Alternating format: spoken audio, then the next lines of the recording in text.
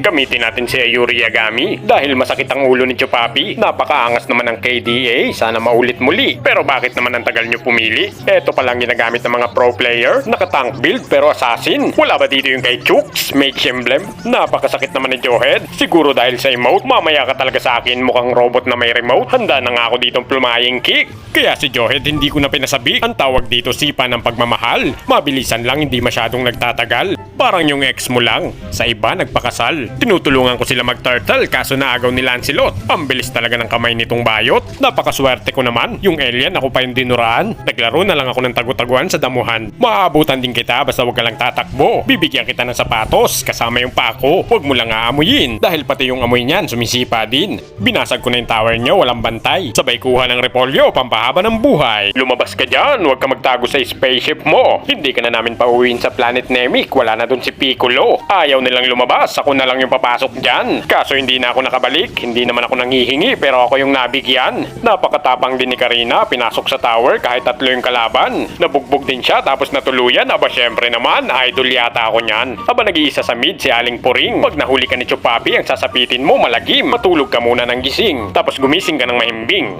Nakuha pa nila si Lord, bakit naman nagkaganon? Patay tayo ngayon, hinahabol ako ng kalaban, isang batalyon. Sige habulin nyo ako, pag inabutan nyo ako yung taya. Ililibre ko na lang kayo ng kanton mamaya. Ang bagal ko naman, hindi talaga ako mabilis tumakbo. Pero pabilisan magtampo, siguradong panalo ako.